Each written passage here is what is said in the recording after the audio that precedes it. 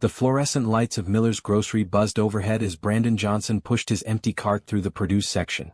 His mind focused on nothing more than grabbing some apples and getting home to his empty apartment.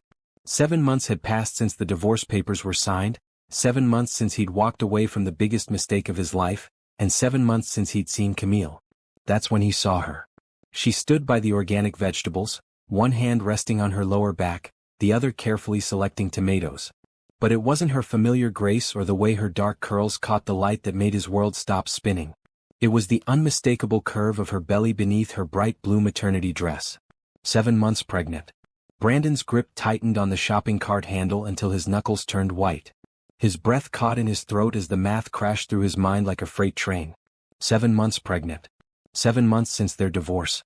8 months since their last night together as husband and wife. She never did it. She never had the abortion. The memory hit him like a physical blow.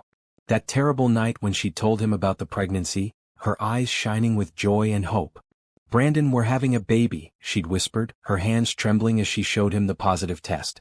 And instead of pulling her into his arms and spinning her around like he should have, like every fiber of his being wanted to, he'd said the words that destroyed everything. "We can't afford a baby right now, Camille. My business is drowning. We're drowning. Maybe we should consider other options." The light had died in her eyes that moment. The hope crumbled. And 3 weeks later she'd handed him divorce papers with tears streaming down her face. "I won't stay married to a man who doesn't want his own child," she'd said. "I won't force you into a life you clearly don't want." Now, watching her carefully place tomatoes in her cart, he saw the truth written in every careful movement, every protective gesture toward her belly. She'd chosen their child over their marriage. She'd chosen love over his fear. Camille turned slightly, and for one heart-stopping moment, their eyes met across the produce section. Her face went pale, and Brandon saw her hand instinctively move to protect her stomach. Even now, even carrying his child, she was protecting their baby from him. How could you let her go through this alone? What kind of man walks away from the woman he loves when she needs him most? The questions hammered through his mind as he watched her quickly look away, her movements becoming hurried, desperate to escape. She abandoned her cart and walked quickly toward the exit, leaving behind the groceries she'd carefully selected. Brandon dropped his own cart and followed, his heart pounding with each step. He had to talk to her. He had to know about the baby. He had to know if there was any chance, any possibility that she could forgive him for being the biggest fool who ever lived. But by the time he reached the parking lot, she was already driving away in her old Honda, the same car that had been making strange noises even before their divorce. He stood there in the cold evening air, watching her taillights disappear into traffic, and felt the weight of 7 months of loneliness and regret settle on his shoulders like a lead blanket. That night, Brandon sat in his sparse apartment, staring at his phone. He typed her number a dozen times, then deleted it. What could he say? "Sorry I abandoned you and our unborn child because I was scared of being poor? Hope you're doing well carrying the baby I said we couldn't afford?" Sleep didn't come easy. Every time he closed his eyes, he saw her protective hand on her belly, saw the fear in her eyes when she recognized him. He'd put that fear there. He'd made the woman he loved afraid of him. The next morning brought no relief, only the harsh reality that Camille Washington, the woman he'd sworn to love and protect, was 7 months pregnant with his child and facing it completely alone because of his cowardice. What if you never see her again? What if you lose your only chance to be the father and husband they deserve? Can you really live with that regret for the rest of your life? Subscribe and share your thoughts below. Do you think Brandon deserves a second chance, or has he lost the right to be part of his child's life? Your opinion matters to this story's journey. Brandon spent that entire day driving through Camille's old neighborhoods, hoping for another glimpse of her, another chance to at least try to make things right. Because seeing her pregnant had awakened something in him that 7 months of loneliness couldn't touch. It wasn't just regret or guilt, though those emotions tore through him like wildfire. It was love. Pure, desperate, all-consuming love for both Camille and the child they'd created together. By evening he'd made a decision. He might have been a coward 7 months ago, but he wouldn't be one anymore. He was going to find Camille, and he was going to spend every remaining day of her pregnancy proving that he could be the man she and their baby deserved. Even if it was too late for their marriage, it wasn't too late for him to be a father. The question that kept him awake that second night wasn't whether he could find her. It was whether she'd let him close enough to try. Brandon had always prided himself on being a man who could fix things. Broken pipes, cracked foundations, damaged roofs, he could handle it all with his hands and the right tools. But 8 months ago, when his world started falling apart, he discovered that some things couldn't be fixed with a hammer and nails. Johnson Construction had been his dream since he was 12 years old, watching his father lay bricks and pour concrete. By 25, Brandon had built it into a respectable business with 6 employees and more work than he could handle. That's when he met Camille Washington at a community center fundraiser, where her nonprofit was partnering with local contractors to build a playground. She wore a bright red dress that day, and when she smiled at him over the blueprints, Brandon knew his bachelor days were over. Camille was everything he'd never known he wanted. She was smart, working as a social worker helping families in crisis. She was kind, always putting others before herself. She was strong, having worked her way through college and graduate school on her own after aging out of the foster system. Most importantly, she believed in him. When other people saw just another construction worker, Camille saw a man building something meaningful. She celebrated every contract he won, every employee he hired, every family whose home he helped repair. They married 2 years later in a small ceremony at the community center where they met. Brandon wore his best suit, and Camille wore a flowing white dress that made her look like an angel. Her foster mother, Mrs. Patterson, walked her down the aisle since Camille had no other family. Brandon's parents and 3 sisters filled the rest of the church, immediately adopting Camille as one of their own. The first 3 years of marriage were the happiest of Brandon's life. They bought a small house with a big backyard, perfect for the children they both wanted. Camille talked about converting the spare room into a nursery someday, her eyes bright with dreams of tiny cribs and mobiles spinning overhead. But then the economy shifted. Construction work slowed down. Big developers started choosing cheaper, less reliable contractors. Brandon's biggest client defaulted on a payment, leaving him unable to pay his workers for 2 weeks. He had to let 4 employees go, keeping only his most loyal crew. The stress ate at him like acid. He stopped sleeping well. He snapped at Camille over little things, then hated himself for taking his frustration out on the one person who deserved it least. He worked longer hours for less money, trying to keep the business afloat while watching their savings account drain away. Camille never complained. She picked up extra hours at the nonprofit, bringing in what money she could while still managing to keep their home peaceful and warm. She made his favorite meals on a budget that would have challenged a saint, never once mentioning that they hadn't gone out to dinner in 4 months. When the bank called about their mortgage payment being late, Brandon felt like he was drowning. He'd always been the provider, the one who took care of problems. Now he couldn't even keep their lights on without stress and careful planning. That's when Camille came home with the pregnancy test. Brandon was sitting at the kitchen table, surrounded by unpaid bills and collection notices. His head was in his hands, trying to figure out how to make numbers work that simply wouldn't cooperate. He heard her footsteps on the hardwood floor, heard her soft intake of breath as she saw the mess of papers. "Brandon," she said quietly, and something in her voice made him look up. She stood in the doorway between the kitchen and living room, her hands behind her back, wearing scrubs from her shift at the hospital where she counseled families in crisis. Her dark eyes held a mixture of joy and nervousness that he couldn't quite read. "I have something to tell you," she said, bringing her hands forward to reveal the small white stick. The 2 pink lines were clear as daylight. For one perfect moment, Brandon felt pure joy flood through him. Baby. Their baby. The child they dreamed about, planned for, wanted so desperately. He saw Camille's hopeful smile, saw her hand drift protectively to her still flat stomach. Then his eyes fell back to the collection notices spread across their kitchen table. "We're having a baby," Camille whispered, her voice full of wonder and love. And Brandon, drowning in debt and fear, said the words that would haunt him for the rest of his life. "We can't afford a baby right now, Camille. My business is drowning. We're drowning. The mortgage is 3 months behind. I haven't paid my workers in a week. Maybe we should consider other options." The silence that followed was deafening. Brandon watched the light fade from Camille's eyes, watched her protective hand press more firmly against her stomach, watched her dreams crumble in real time. "Other options," she repeated, her voice barely audible. "I'm not saying we have to," Brandon said quickly, hating himself even as the words came out. "I'm just saying maybe we should think about whether this is the right time." Camille turned and walked to their bedroom without another word. Brandon heard the door close, heard the lock click into place. He sat alone in the kitchen with his bills and his cowardice, knowing he'd just broken something precious that might never be whole again. She didn't speak to him for 3 days. When she finally did, it was to ask him a single question. "Do you want this baby, Brandon? Not can we afford it, not is the timing right. Do you want our child?" And Brandon, still drowning in fear and financial panic, gave her an honest answer that destroyed them both. "I don't know." 2 weeks later, Camille moved in with Mrs. Patterson. A week after that, she filed for divorce. The papers cited irreconcilable differences, but Brandon knew the truth. He'd failed as a husband when she needed him most.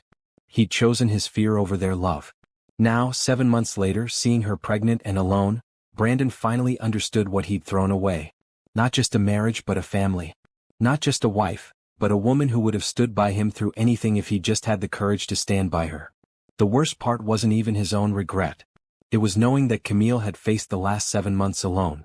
Every doctor's appointment, every sleepless night wondering about the future, every moment of joy at feeling their baby kick, she'd experienced it all without the man who'd promised to love and protect her forever. Brandon stared out his apartment window at the city lights and made himself a promise. He might not be able to change the past, but he could spend whatever time remained proving he was ready to be the father and partner they deserved. Even if it was 7 months too late. The next 3 days passed in a blur of restless energy and careful planning. Brandon found himself driving past Miller's grocery every evening around 6, hoping to catch another glimpse of Camille. On Thursday, his patience was rewarded. She emerged from the store carrying 2 small bags, moving slowly and carefully. Brandon parked across the street and watched as she loaded her groceries into the back seat of her Honda. The car was older now, showing more rust around the wheel wells, and when she started it, even from his distance he could hear the engine cough and struggle. When she pulled out of the parking lot, Brandon followed at a careful distance. He wasn't proud of what he was doing, but he needed to know where she lived, needed to understand how she was managing on her own. The drive led through increasingly modest neighborhoods until Camille turned into the parking lot of Sunset Gardens Apartments, a complex that had seen better days but was clean and well-maintained. She parked in front of Building C and Brandon watched from the street as she gathered her groceries and made her way slowly up an exterior staircase to the second floor. Apartment 2C. He memorized the number and the sight of her bright green maternity top disappearing behind a door that needed a fresh coat of paint. That weekend, Brandon drove past the complex several times, each visit adding details to his mental picture of Camille's new life. The parking lot had several other pregnant women and young mothers, suggesting the apartments were affordable family housing. There was a small playground behind the buildings where children played while their parents watched from nearby benches. On Sunday morning he saw her again. She emerged from her apartment wearing a purple maternity dress and carrying a small purse, walking carefully down the stairs. She was going to church, he realized, probably Mount Calvary Baptist where they used to attend together. The urge to follow her there was overwhelming, but Brandon forced himself to drive away instead. Church was her sanctuary and he wouldn't invade that space. He'd caused her enough pain already. Monday evening brought rain, and Brandon was parked across from the grocery store when he saw Camille's Honda pull into the lot. Through the downpour, he watched her hurry into the store, her hands protecting her belly from the weather. 20 minutes later, she emerged with her groceries, but the rain had gotten worse. Brandon watched her struggle to load her bags while trying to stay dry, and every instinct screamed at him to help. But he stayed in his truck, knowing his presence would only upset her. Camille drove home through the heavy rain, and Brandon followed at his usual careful distance. But as she turned into the apartment complex, her Honda suddenly veered to the right and came to a stop in a parking space with steam rising from under the hood. Brandon pulled over and watched as Camille sat in her car for several long moments, probably waiting for the engine to cool down. When she finally got out, she popped the hood and stared at the engine like she was hoping divine intervention might fix whatever was wrong. This time Brandon couldn't stay away. He grabbed an umbrella from behind his seat and jogged across the street. Camille looked up as he approached, and he saw the exact moment recognition hit her. Her face went pale and her hand moved instinctively to her belly. "Car trouble?" he asked, trying to keep his voice casual despite the way his heart was hammering. "It's fine," Camille said quickly, stepping back from the engine. "I'll call someone." "In this rain? Let me just take a quick look." Brandon moved to the front of the car and immediately saw the problem. A radiator hose had burst, spraying coolant everywhere. It was an easy fix, but not something that could be done in a parking lot during a rainstorm. "Your radiator hose blew," he said, closing the hood. "You'll need to have it towed." Camille looked at the rain, then at her groceries in the back seat, then at her apartment building across the parking lot. Brandon could see her calculating the cost of a tow truck, the cost of repairs, the logistics of getting everything upstairs in the downpour. "I'll carry your groceries up," he offered. "No," she said immediately. I can manage. Camille, it's pouring rain, you're 7 months pregnant and those bags are heavy. Please let me help. She looked at him for a long moment, rain dripping from her hair despite the umbrella he was trying to share with her. He could see the war playing out on her face between pride and practical necessity. Practical necessity won. Just the groceries, she said firmly. Then you leave. Brandon nodded and gathered the bags from her car while Camille locked up and started toward the building. He followed her up the exterior staircase, noting how she had to pause twice to catch her breath. The pregnancy was clearly taking its toll, especially in her final trimester. She unlocked the door to 2C and stepped inside, holding it open just wide enough for him to pass the grocery bags through. Brandon caught a glimpse of a small but tidy living room, a couch with a bright yellow throw pillow, and what looked like a bassinet in the corner. Thank you, Camille said, taking the bags. You can go now. But Brandon couldn't move. Standing this close to her, seeing the apartment where she was preparing to raise their child alone, the words came tumbling out before he could stop them. I'm sorry, he said. God, Camille, I'm so sorry. I was scared and stupid and I said things I never should have said. I've regretted it every single day for 7 months. Camille's grip tightened on the grocery bags. It's too late for apologies, Brandon. I know I have no right to ask for anything from you. But the baby? Is the baby healthy? Are you okay? Are you getting good medical care? For a moment, her defensive wall cracked and he saw the exhaustion underneath. The loneliness. The fear of facing everything ahead by herself. We're fine, she said quietly. The baby's due in 2 months. Everything looks normal. Good. That's good. Brandon hesitated, then pulled out his wallet. Let me pay for the car repairs. Please. It's the least I can do. I don't want your money. It's not charity, Camille. It's responsibility. I should have been helping all along. She was quiet for so long that Brandon thought she might close the door in his face. But finally she sighed. I'll pay you back. You don't have to pay me back. I want to do this. Camille met his eyes for the first time since he'd walked away from their marriage. This doesn't change anything between us, Brandon. 1 car repair doesn't make up for 7 months. I know, he said. But maybe it's a start. She closed the door without responding, but she hadn't said no to the help. It wasn't forgiveness, but it wasn't a complete rejection either. As Brandon walked back to his truck through the rain, he felt something he hadn't experienced in 7 months. Hope. Camille had accepted his help, even reluctantly. She'd let him close enough to see where she lived, to know she was preparing for their child. It was more than he deserved and less than he wanted, but it was something. Tomorrow he would arrange for her car to be fixed. And maybe, if he was very careful and very patient, he could find other ways to help without making her feel cornered or pressured. He might have lost the right to be her husband, but he was determined to earn the right to be their child's father. Even if he had to prove himself one small gesture at a time. Tuesday morning, Brandon called Patterson's Auto Repair, a shop he'd used for his work trucks. He explained that he needed a car towed from Sunset Gardens Apartments and repaired, but the owner shouldn't know who was paying for it. Just tell her an anonymous donor covered the costs, Brandon said. Can you do that? Sure thing, Brandon. Happen to know this lady? Something like that. By afternoon, Brandon was driving past the apartment complex when he saw the tow truck loading Camille's Honda. He pulled over and watched her talking to the driver, probably getting information about when the car would be ready. That evening he drove past again and saw her walking slowly around the parking lot, one hand pressed to her lower back. Even from a distance he could see she was uncomfortable. Brandon had done enough research in the past few days to know that back pain was common in the final trimester, especially for women who were on their feet a lot. Wednesday brought no sign of Camille, but Thursday afternoon Brandon's phone rang.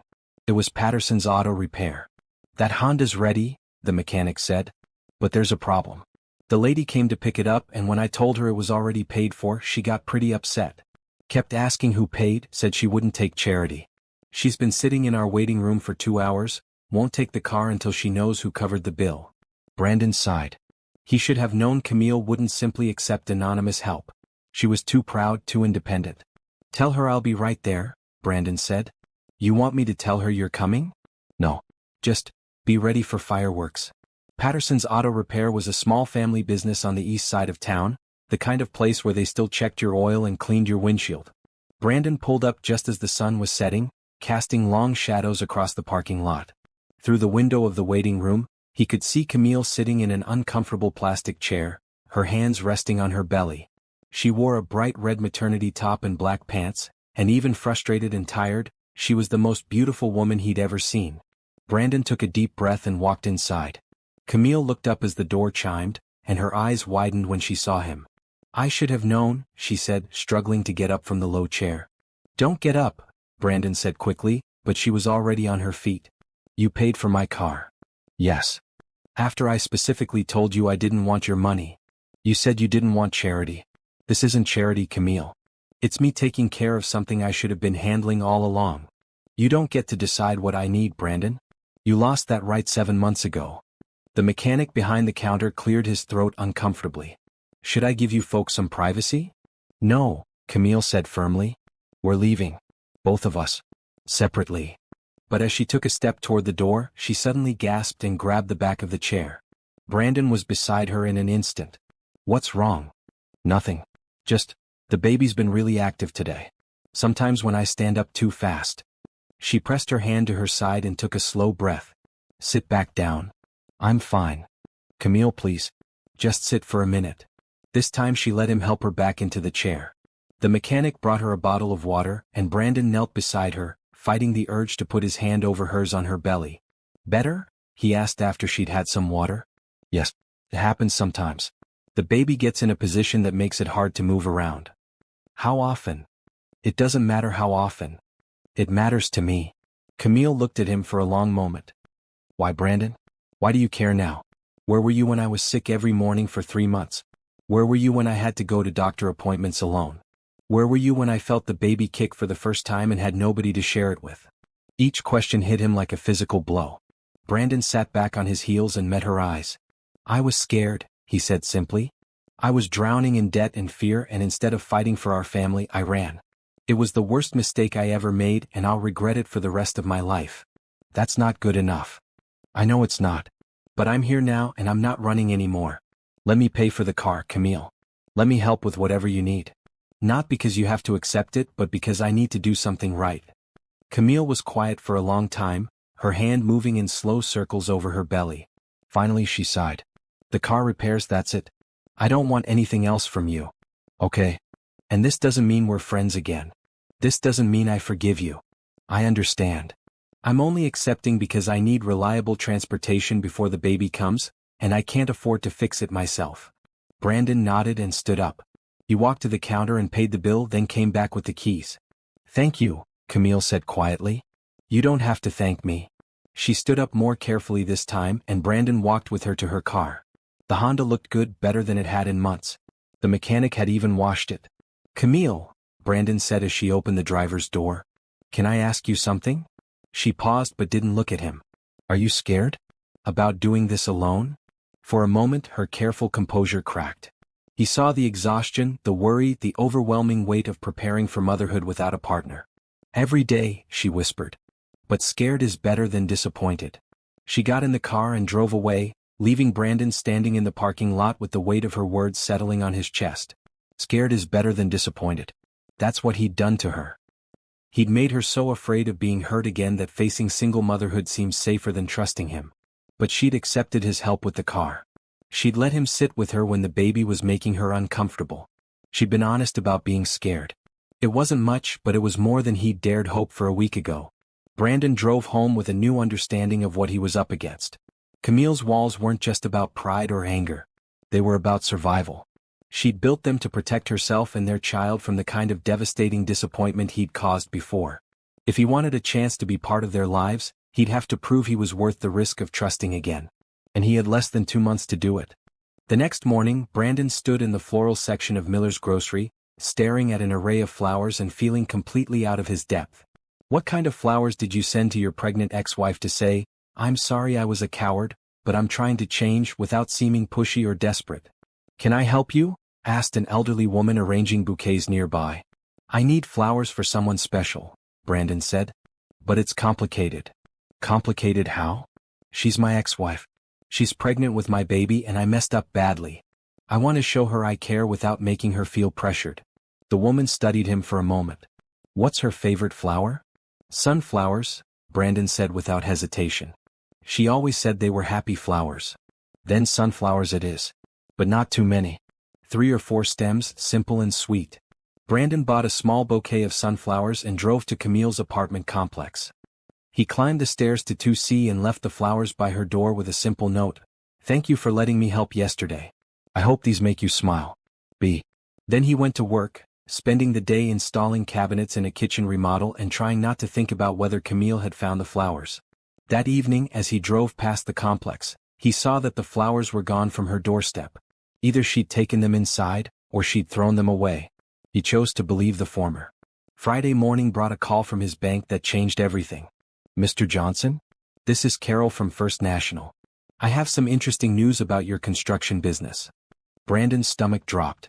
More bad news was the last thing he needed. "Montclair Development Group has been asking about you," Carol continued. "They want to discuss a major contract. Apparently, someone recommended your work." "Montclair Development? They're huge." "I know. They'd like to meet with you Monday morning. This could be exactly what your business needs." Brandon hung up the phone in a daze. Montclair Development handled multi-million-dollar projects across the state. If they were serious about hiring Johnson Construction, it could solve all his financial problems overnight. But first he had a weekend to get through and a woman to convince that he'd changed. Saturday morning, Brandon was grocery shopping when he had an idea. He remembered how Camille used to love the elaborate fruit salads from Romano's Deli, but they were expensive and she'd stopped buying them during their financial troubles. He bought all the ingredients and spent 2 hours in his kitchen creating the perfect fruit salad, just the way Camille liked it, with strawberries, pineapple, grapes, and mandarin oranges. He packaged it carefully in a clear container with a note. "Thought you and the baby might enjoy something sweet. Eat healthy. B." This time he didn't leave it at her door. Instead, he waited until he saw her leave for what looked like a grocery run, then left the fruit salad in a cooler bag by her door where it would stay fresh until she returned. Sunday, he left a small potted plant, something green and cheerful, for her apartment. Monday, it was a book of baby names he'd found at a used bookstore. Tuesday, a gift card to a maternity store. Never anything too expensive or personal, just small gestures that said, "I'm thinking of you," without demanding anything in return. Thursday evening, Brandon was leaving work when his phone rang. Unknown number. "Hello?" "Stop." It was Camille's voice, quiet but firm. "Camille? Stop leaving things at my door. Stop following me around. Just stop." Brandon pulled over to the side of the road. "I wasn't trying to stalk you. I just wanted to help." "I don't need help. I need space." "I know you don't need help. But you deserve support, and I should be the one giving it to you." "You don't get to decide what I deserve, Brandon. You made your choice 7 months ago. I made the wrong choice. I'm trying to make better ones now." There was a long silence. When Camille spoke again, her voice was tired. "The flowers were nice. And the fruit salad. But you can't just show up in my life with gifts and expect everything to be okay." "I don't expect that." "Then what do you expect?" Brandon closed his eyes and tried to find the right words.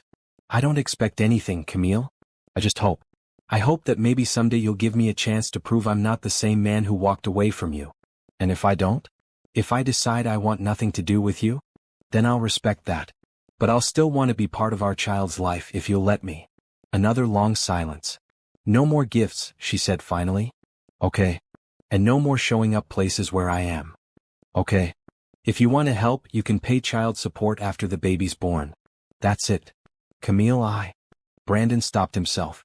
She was setting boundaries and he needed to respect them. "I understand." She hung up without saying goodbye. Brandon sat in his truck on the side of the road and felt the weight of reality settle on his shoulders. Camille wasn't ready to trust him again, maybe never would be. But she wasn't completely shutting him out either. She'd mentioned child support, which meant she was planning to let him be part of the baby's life in some capacity. It was less than he wanted, but more than he deserved. That night, Brandon did something he hadn't done since the divorce. He got down on his knees beside his bed and prayed. Not for forgiveness, because he knew he'd have to earn that. Not for Camille to take him back, because he knew that might never happen. He prayed for wisdom. For patience. For the strength to be the father his child deserved, even if he could never again be the husband Camille needed. And he prayed that somehow, someway, love really could conquer the fear and hurt he'd caused. Monday's meeting with Montclair Development could change his financial situation overnight. But winning back his family was going to take something money couldn't buy. Time, consistency, and faith that some mistakes, no matter how big, could eventually be forgiven. What would you do in Brandon's situation? Is persistence romantic or pushy? Share your thoughts below and don't forget to subscribe for the next chapter. Monday morning arrived with a mixture of nervous energy and cautious hope. Brandon put on his best suit, the same one he'd worn to his wedding, and drove to the Montclair development offices downtown. The sleek glass building was intimidating, but he'd learned not to let appearances shake his confidence. The meeting went better than he'd dared dream. Richard Montclair himself, a distinguished man in his 60s, sat across the conference table and outlined a project that would keep Brandon's company busy for the next 18 months. "We're developing a new residential community on the north side," Montclair explained. 50 homes plus a community center. "We need a contractor who understands quality construction and can work within our timeline." "I can handle that," Brandon said, trying to keep his voice steady. "I know you can. Patricia Chin spoke very highly of your work." Brandon frowned.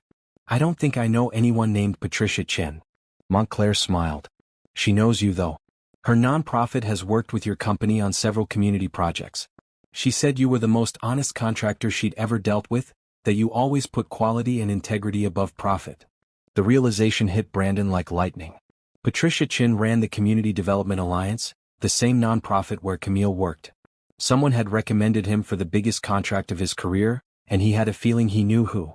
The meeting lasted 2 hours, ending with a handshake and a contract worth more money than Brandon had made in the past 2 years combined. As he walked to his truck, his phone was already buzzing with calls from suppliers and subcontractors he'd had to let go. By evening he could have his full crew back to work.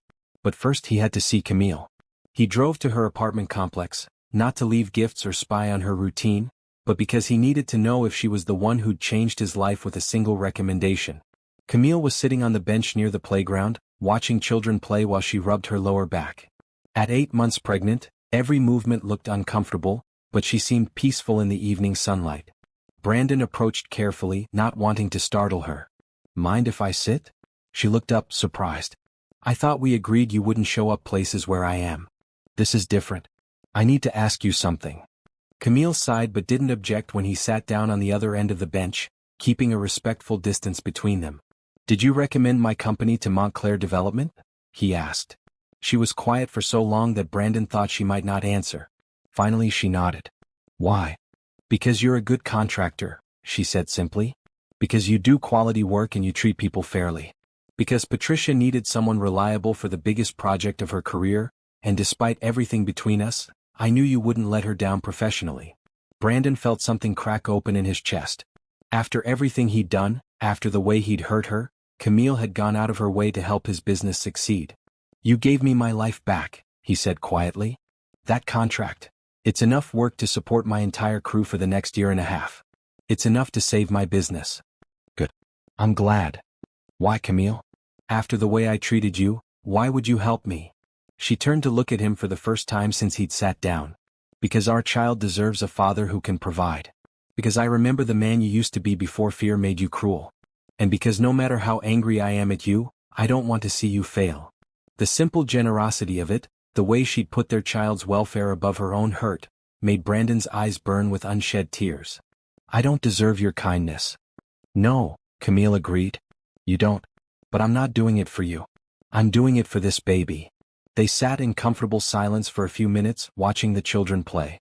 Brandon noticed how Camille's hand moved constantly over her belly, how she shifted position every few minutes trying to get comfortable. "Can I ask how you're feeling?" "Really feeling?" "Tired," she admitted. "Everything hurts. I can't sleep because the baby kicks all night. I can't eat much because there's no room in my stomach. And I'm scared." "About the birth?" "About everything. About labor and delivery, about taking care of a newborn alone, about being a good mother." She paused. "About you." "About me?" "About what happens when the baby comes. About whether you'll disappear again when things get hard. About whether I should even give you the chance to hurt our child the way you hurt me." Brandon wanted to promise her that would never happen, wanted to swear he'd changed, but he knew words were meaningless now. Only his actions would matter. "What if I prove myself first?" he asked. "What if I show you I'm reliable before the baby comes?" "How?" "Let me help you get ready. Let me come to a doctor's appointment with you. Let me help set up the nursery. Let me be there for the small stuff so you can trust me with the big stuff." Camille was quiet for a long time, her hand tracing patterns on her belly. "One appointment," she said finally. "I have a checkup next Thursday at 2, You can come to that, but you sit quietly and don't ask the doctor a million questions. You're there to observe, not to take over. Thank you. This doesn't mean I trust you again, Brandon. This means I'm giving you one chance to show me you've changed. Don't waste it. I won't. As if on cue, Camille suddenly gasped and pressed both hands to her side. Oh. What's wrong? Nothing's wrong. The baby's just, here, give me your hand. Before Brandon could think about it, Camille had grabbed his hand and pressed it against her belly. For a moment nothing happened. Then he felt it, a strong, distinct movement against his palm. Their baby was kicking. Brandon's breath caught as he felt another kick, then another. This tiny person, this child they'd created together, was real and strong and very much alive. That's our baby, Camille said softly, watching his face. That's our baby, Brandon repeated, his voice thick with emotion. They sat like that for several minutes, Brandon's hand on Camille's belly, both of them marveling at each movement their child made. For those precious moments, the hurt and anger between them faded away, replaced by shared wonder at the miracle they'd created. When the baby settled down, Brandon reluctantly moved his hand away. Thank you, he said, for letting me feel that. The baby's been so active today. I think all the stress has them worked up. What stress? Camille hesitated, then sighed. Mrs. Patterson had to go into a nursing home last week. Her diabetes got worse and she can't live independently anymore. So I'm really alone now. Brandon's heart ached for her. Mrs. Patterson had been the closest thing to a mother Camille had ever known, the woman who'd taken her in when she aged out of foster care. I'm sorry. I know how much she means to you. She raised me when no one else would. And now she's in a place where I can only visit on weekends because of my work schedule. Camille's voice cracked slightly. She was supposed to be here when the baby came. She was going to help me those first few weeks. I can help you those first few weeks. Brandon, I know you don't trust me yet. But you need support and I need the chance to prove myself. Let me be there. Let me show you I'm not going anywhere this time. Camille looked at him for a long moment, then down at her hands folded over her belly. Come to the doctor's appointment on Thursday, she said. We'll see how that goes first. It wasn't a yes, but it wasn't a no either. Brandon nodded and stood up carefully, not wanting to break the fragile peace between them. I'll see you Thursday at 2, he said. As he walked back to his truck, Brandon felt lighter than he had in months. Camille had given him a chance, one chance to prove he was worthy of being their child's father. He wasn't going to waste it. Thursday afternoon found Brandon sitting in the waiting room of Dr. Sarah Martinez's obstetrics practice, surrounded by pregnant women and their partners. He'd arrived 15 minutes early wearing a button-down shirt and clean jeans, his hands folded carefully in his lap. When Camille walked in precisely at 1:55, wearing a bright blue maternity dress that made her glow, Brandon stood up immediately. Thank you for letting me come, he said quietly. Just remember what I said. You're here to observe. They checked in at the front desk, and Brandon noticed how the receptionist smiled warmly at Camille, clearly familiar with her. During the months they'd been apart, Camille had built relationships here, faced appointments and questions alone, made decisions about their child's health without him. The weight of what he'd missed settled heavily on his shoulders.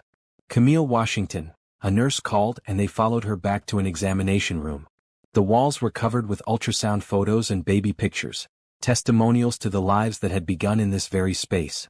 Dr. Martinez entered a few minutes later, a warm woman in her 50s who greeted Camille with genuine affection. How are we feeling today? She asked, then noticed Brandon. And who do we have with us? This is Brandon, the baby's father, Camille said, her voice carefully neutral. Wonderful. It's so nice to meet you, Brandon. Are you excited about becoming a daddy?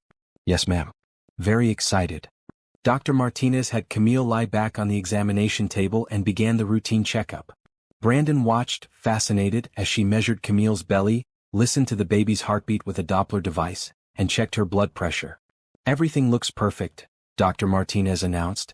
Baby's measuring right on schedule, heartbeat is strong and steady. How are you sleeping? Not great, Camille admitted. The baby's very active at night. That's normal in the 3rd trimester. Baby, are you listening in there? Your mama needs her rest. She turned to Brandon. Dad, you can help by making sure she's comfortable. Extra pillows, back rubs, whatever she needs. Brandon nodded, though he knew Camille was managing alone. Any questions from either of you? Brandon had a million questions, but he remembered his promise to observe quietly. Instead, Camille asked about labor signs and when to come to the hospital. You're at 36 weeks now, Dr. Martinez said, so we're in the safe zone if baby decides to come early. But I think you'll make it to your due date. First babies usually do. As they prepared to leave, Dr. Martinez handed Brandon a folder of information. Everything you need to know about the next few weeks, she said. Labor signs, what to pack for the hospital, newborn care basics. Study up, Dad. You're going to be very busy soon.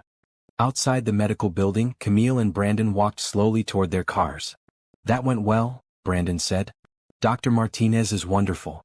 She's been taking good care of us. I can tell. She clearly cares about you. They reached Camille's Honda and she turned to face him. During the comfort position segment, Linda had the partners practice massage techniques and supportive holds. Okay, partners, your job is to provide counterpressure during contractions, Linda said. Mom, you tell him exactly where you need pressure and how much. Brandon placed his hands carefully on Camille's lower back, applying gentle pressure where she directed. For a moment, it felt natural, like they were really preparing for this together. That's good, Camille said quietly. A little lower. They practiced different positions and techniques for 2 hours, with Brandon following Camille's lead and supporting her however she needed. When they took a break, several other couples commented on how well they worked together. How long have you been married? Asked the woman on the mat next to them. We're not married, Camille said simply, and Brandon felt the familiar pang of regret. During the final hour they watched a video of actual births, and Brandon realized how intense and overwhelming labor would be. The idea of Camille going through that alone, without someone to advocate for her and comfort her, made his chest tight with anxiety. As they packed up to leave, Linda handed each couple a birth plan worksheet. Take this home and discuss what kind of birth experience you want, she said. Pain management options, who you want in the delivery room, music preferences, that kind of thing. Communication is key. In the parking lot, Brandon and Camille walked slowly to their cars. Thank you for letting me come, Brandon said. I learned a lot. You did well. You didn't try to take over or act like you knew everything. I don't know anything. That's why I needed to be there. Camille smiled, the first real smile he'd seen from her since before their divorce. The breathing techniques will help. And now you know what to expect in the delivery room. Am I going to be in the delivery room? The question hung between them like a bridge they weren't sure they were ready to cross. I don't know yet, Camille said honestly. Ask me again in a few weeks. It wasn't a yes, but it wasn't a no. Brandon nodded and watched her drive away, feeling like they were making real progress. Monday morning brought the start of the Montclair project, and Brandon threw himself into work with renewed energy.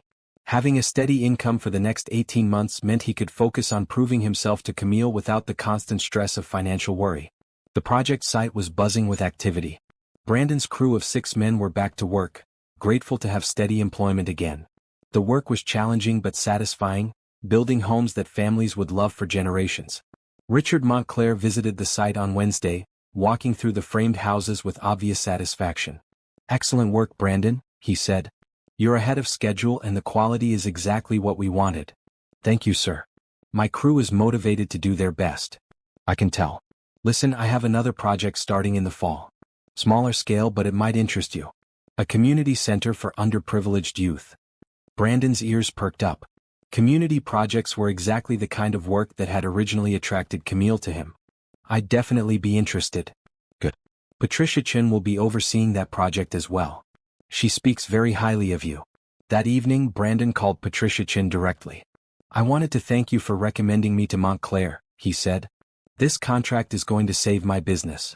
You earned that recommendation with years of quality work, Patricia said. But I have to ask, how are things with Camille? Slowly improving, I hope. I'm trying to prove I've changed. Good. That girl has been through enough. She deserves someone who will stand by her. I know. I'm trying to be that someone, even if it's too late for us to be together. After hanging up, Brandon realized how many people cared about Camille, how many lives she'd touched through her work and her kindness. She deserved better than what he'd given her, but maybe it wasn't too late to become the man she deserved. Thursday's doctor appointment went smoothly, with Dr. Martinez pronouncing both mother and baby healthy and ready for birth at any time.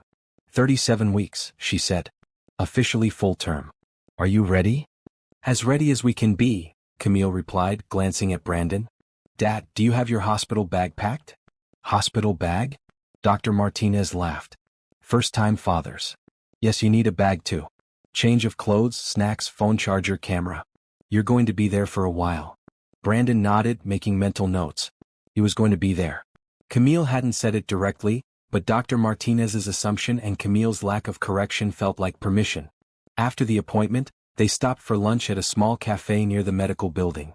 Camille ordered carefully, trying to find something that wouldn't trigger her heartburn, while Brandon watched her with growing admiration for everything she was handling. "Can I ask you something?" Brandon said over their sandwiches. "Sure." "The birth plan worksheet from class. Have you filled it out?" "Most of it. I want to try natural childbirth, but I'm open to pain medication if I need it. I want the lights dimmed and soft music playing. And I want you there." Brandon's heart nearly stopped. "You want me there?" "If you promise not to faint or get in the way. The baby's going to need both parents, and this is where that starts." "I promise I won't faint. And you won't try to take over or make decisions for me. I'll follow your lead completely." Camille nodded and took another bite of her sandwich. "Good. Because in 2 or 3 weeks, we're going to become parents, ready or not." That evening, Brandon packed his hospital bag with the care of someone preparing for the most important event of his life. Change of clothes, toiletries, snacks, phone charger, and a small camera to capture their child's first moments. As he folded an extra shirt, his phone rang. It was his mother. "How's Camille doing, baby?" she asked. "Good. Tired but good. The baby could come any time now." "And how are things between you two?" "Better. She's letting me come to doctor appointments and childbirth class. She wants me in the delivery room when the baby comes." "That's wonderful, Brandon. But what happens after the baby's born?" It was the question that kept Brandon awake at night. He'd been so focused on earning his way back into Camille's life during pregnancy that he hadn't fully considered what came next. "I don't know, Mama. I just know I want to be the best father I can be. And the best husband? If she'll have me. But I'm not counting on that. I hurt her too badly. Love is a powerful thing, son. And you two created something beautiful together. Don't give up hope." After hanging up, Brandon sat in his quiet apartment and thought about the future. In a few weeks, he'd hold his child for the first time. He'd officially become a father, with all the responsibilities and joys that entailed. Whether Camille ever forgave him enough to be a family again remained to be seen. But for the first time in months, Brandon believed it might be possible. After all, miracles had been happening all around him lately. His business was thriving, Camille was trusting him again, and soon they'd welcome their child into the world. Maybe the biggest miracle of all was still to come. The phone call came at 2:47 a.m. on a Tuesday morning, jolting Brandon from deep sleep. "Brandon." Camille's voice was tight with anxiety. "I think something's wrong." Brandon was instantly awake, already reaching for his clothes. "What's happening?" "I've been having contractions for the past hour. They're not regular, but they're strong. And I'm bleeding a little bit. I'm on my way." "Are you calling the doctor?" "I already did. She said to come to the hospital." "Don't drive yourself. I'll be there in 10 minutes. Brandon threw on clothes and grabbed his keys, his heart pounding with fear and adrenaline. 38 weeks was full term, but something about Camille's voice told him this wasn't normal labor. He made it to her apartment in 8 minutes and found her sitting on her couch, breathing through a contraction with one hand pressed to her belly and the other gripping the arm of the sofa. "How bad is the pain?" he asked, kneeling beside her. "Bad. Different from the practice contractions." Another wave hit her and Camille doubled over, breathing hard. Brandon helped her to his truck, supporting her weight as they made their way carefully down the stairs. The ride to the hospital took 15 minutes that felt like hours, with Camille having 2 more contractions along the way. At Mercy General, they were taken immediately to a labor and delivery room where Dr. Martinez was waiting. "Let's see what's going on," she said calmly, helping Camille onto the bed and hooking her up to monitors. The next hour was a blur of tests and monitoring. The contractions were real but irregular. The bleeding was minor but concerning. The baby's heartbeat was strong, but Camille's blood pressure was elevated. "It's not active labor yet," Dr. Martinez finally announced. "But it's definitely early labor and I'm concerned about the bleeding and your blood pressure, Camille. I want to keep you here for observation." "Is the baby okay?" Brandon asked. "The baby is fine. But Camille's body is showing signs of stress. Sometimes that happens when mom is dealing with too much emotionally or physically." Dr. Martinez gave them a meaningful look. "Camille, is there anything going on at home that might be causing extra stress?" Camille glanced at Brandon, then looked away. "I've been doing everything alone for 8 months. I'm tired." "What about now? Do you have support for when the baby comes?" "Brandon's been helping recently, Camille said quietly. But I don't know what happens after the baby's born. Dr. Martinez nodded understanding. The uncertainty isn't good for you or the baby. You need to know what your support system looks like. She left them alone to rest, and Brandon pulled a chair close to Camille's bed. What can I do? He asked. How can I help reduce your stress? I don't know, Brandon. I'm scared. Of the birth. Of everything. Of labor, of taking care of a newborn, of doing it alone. Camille's voice cracked. Of trusting you and having you disappear again when things get hard. Brandon reached for her hand, and this time she didn't pull away. I'm not disappearing, he said firmly. I made that mistake once and it nearly destroyed the best thing that ever happened to me. I won't make it again. How do I know that? How do I know you won't get scared when the baby cries all night or when money gets tight again? Because I've been scared for 8 months without you and nothing could be worse than that. Because I'd rather face any challenge with you than face an easy life without you. Camille studied his face in the dim hospital lighting. The doctor's right. I need to know what my support system looks like. What do you want it to look like? I want help with night feedings. I want someone to hold the baby while I shower. I want someone to go to the grocery store when I'm too tired to leave the house. Camille paused. I want someone who won't run when parenthood gets overwhelming. I can be that someone. Can you? Really? Brandon squeezed her hand gently. Let me prove it. Let me move into your guest room for the first month after the baby's born. Let me be there for the night feedings and the grocery runs and the moments when you need a break. If I prove I can handle it, we can talk about something more permanent. And if you can't handle it? Then you'll know for sure and you can make decisions based on that. But Camille, I'm not going anywhere. I love you and I love our baby, and I'm done letting fear make my choices. The monitors showed Camille's blood pressure starting to stabilize as the stress in her face eased. 1 month, she said finally. You can stay for 1 month after the baby's born. But you sleep in the living room, not the guest room. I'm turning that into a nursery. Deal. And if you leave, if you decide parenthood is too hard, you don't get a second chance to come back. I understand. And Brandon? I'm not ready to talk about getting back together. This is about co-parenting, not romance. Brandon's heart ached, but he nodded. Co-parenting. I understand. Camille's contractions gradually stopped over the next few hours, and by morning, Dr. Martinez was satisfied that the immediate crisis had passed. Your blood pressure is back to normal and the baby looks great, she said. But I want you on modified bed rest for the next week. Light activity only, plenty of rest and no stress. I have to work, Camille protested. You have to prioritize this pregnancy. Can you take some time off? Camille looked worried. I have some saved vacation days, but I need to work until the baby comes. I can help with expenses, Brandon offered. Let me cover your bills for the next few weeks so you can rest properly. Brandon? It's not charity. It's taking care of our child by taking care of his mother. Dr. Martinez smiled. That sounds like a good support system to me. They spent the rest of the morning making plans. Brandon would pick up groceries and handle errands. Camille would rest and focus on staying healthy. They would finish setting up the nursery together, and Brandon would be on call 24/7 in case labor started again. As they prepared to leave the hospital, Camille turned to Brandon. Thank you for coming last night. For being there when I was scared. That's what partners do. Co-parents, Camille corrected. Co-parents, Brandon agreed. But in his heart he hoped that someday it might be more. The scare had shaken both of them, but it had also clarified something important. They were in this together now, whether as co-parents or something more. Their child deserved parents who could count on each other, and for the first time in months, it felt like they were building something that could last. As they drove home from the hospital, Brandon caught Camille looking at him with something that might have been the beginning of trust. It was a start. The contractions started again 4 days later, at 6:30 a.m. on a Sunday morning. This time they were different. Stronger, more regular, and accompanied by an unmistakable sense that today was the day. Camille called Brandon, her voice calm but determined. It's time. Are you sure? Oh, I'm sure. These are 5 minutes apart and getting stronger. Brandon was dressed and in his truck within 3 minutes. He found Camille sitting on her couch, timing contractions with an app on her phone, her hospital bag packed and ready by the door. How are you feeling? He asked. Scared. Excited. Ready to meet our baby. Another contraction hit, and Camille breathed through it with the techniques they'd learned in class. And really hoping I can do this. You can do this. We can do this. The drive to Mercy General was calmer this time. with Camille managing her contractions while Brandon focused on getting them there safely.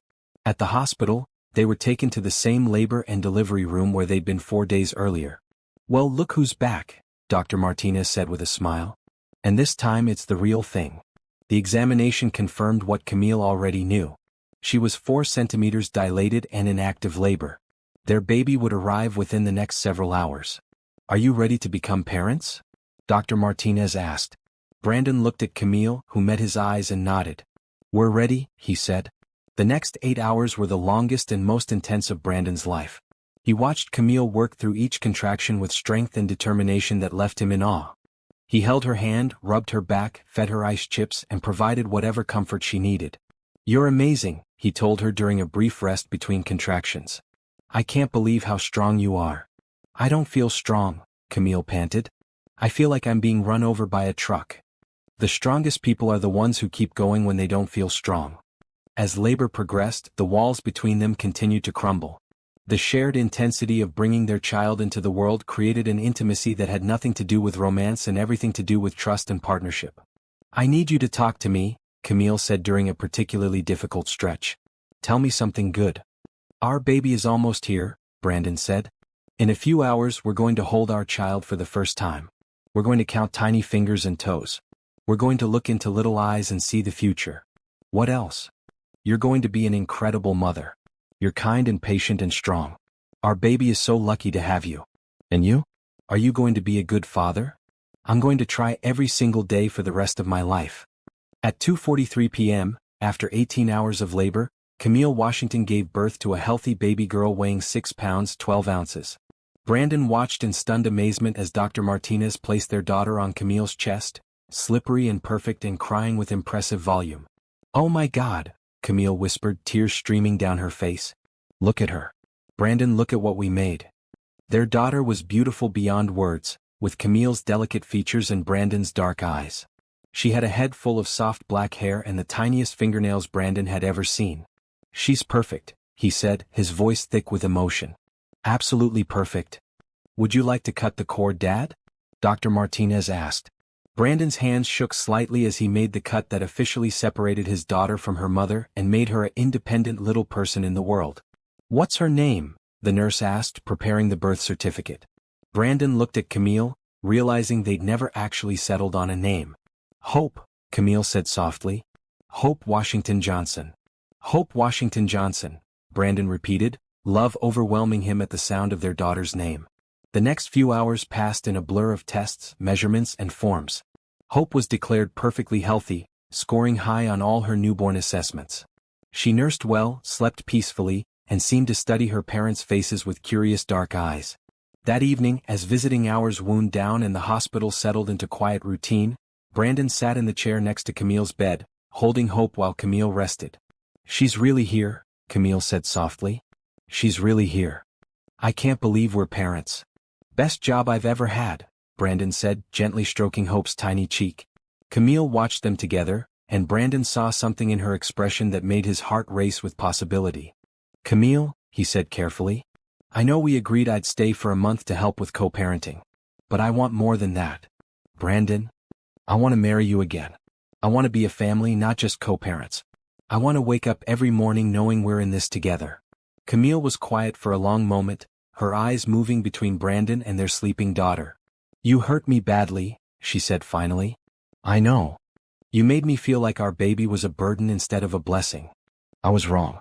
So completely wrong. If I give you another chance, if I let you back into my heart completely, I need to know you'll stay. No matter what challenges come up, no matter how hard parenthood gets, no matter what life throws at us." Brandon stood up carefully, still holding Hope, and knelt beside Camille's hospital bed. "Camille Washington, I love you more than I ever thought possible. I love you for your strength, your kindness, and the way you chose our daughter even when I was too scared to choose either of you. Will you marry me again? Will you let me spend the rest of my life proving I'm worthy of you and Hope?" Camille looked at him for a long moment, then reached out to touch Hope's tiny hand. "Yes," she whispered. "Yes, I'll marry you again." Brandon leaned forward and kissed her gently, sealing the promise with their sleeping daughter between them. "I love you," he said. "I love you too. Both of you." We followed Brandon and Camille through their journey from heartbreak to healing. Do you believe in second chances? Share your thoughts and subscribe to see more stories of love conquering fear. 3 months later, on a sunny Saturday morning in the community center where they'd first met, Brandon and Camille renewed their wedding vows. Hope slept peacefully in Camille's arms as they promised to love, honor, and support each other through whatever challenges life might bring. This time Brandon meant every word. Their little family of 3 was living proof that love, when combined with commitment and the courage to change, could overcome even the biggest mistakes. And as they danced to their wedding song with hope between them, Brandon knew he'd never take this second chance for granted. Some stories end with happily ever after. But this story was just beginning, with every day offering new opportunities to choose love over fear, trust over doubt, and hope over despair. The name Hope had been perfect after all.